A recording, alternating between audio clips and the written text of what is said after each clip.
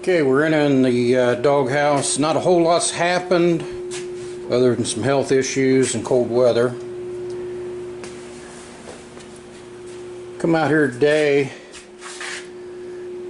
took that hinge air off. We got a new one for it. Shot a little paint on it. It's hanging there drying. Brand new hinge. Classic Industries. Something else we got. We put the passenger door on. A buddy held it up and Brian put the screws in. A little bit awkward, but it's the way we've always done it.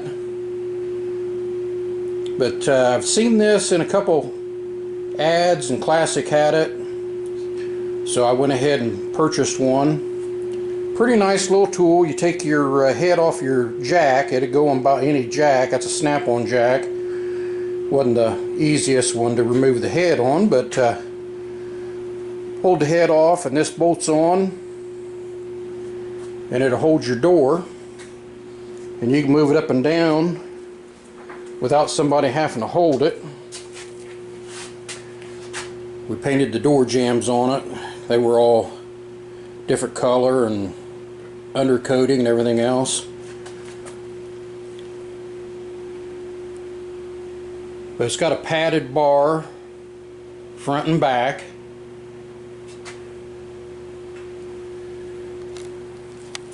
Has two bolts down here so you can loose this in here. It's elongated so you can get some tilt this way if you want or if you need it. It'll move around a little bit, but it's a lot nicer than somebody trying to have to hold it up, or you throw a couple rags on your jack and jack it up on the head of the jack, and you gotta try to hang on to the door,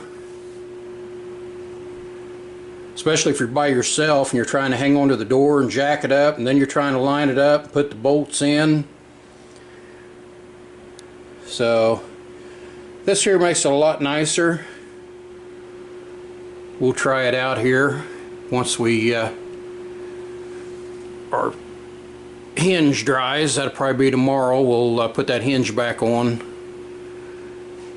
and then we'll try this little tool out.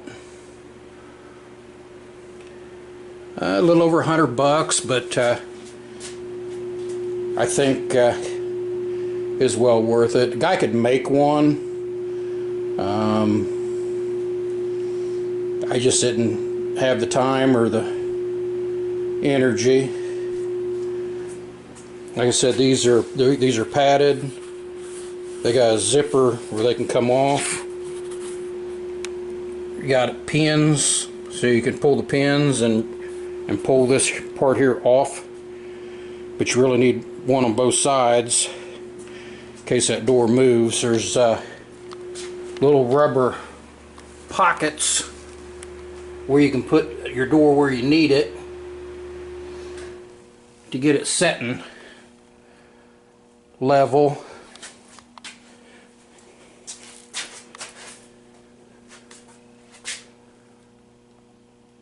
And like I said, you can move it around a little bit if you need to. And you just don't have to worry about it falling. The pads really help preserve the paint. Less worry there as far as scratching. Pretty nice little deal. So we got a few extra parts that came in, but we got our headlight buckets and rings. One thing I found is, like on this core support, it's a new one, but it's aftermarket. And if you look, your hole is square for your insert for your adjuster. Same way here. But you go over on this side, and the one up here, if you can see, is square for the adjuster. This one's round. So we got to take a file and we're going to have to file that one out square to get our insert to go in. And then drill for our spring. So don't always expect just to be able to bolt this stuff on these old cars. I don't know if it's just because it's aftermarket stuff, or you know, they got to do something screwy like that to keep from not being in trouble with the true manufacturers. But seems like about everything you've just got to do some tweaking to get it to fit.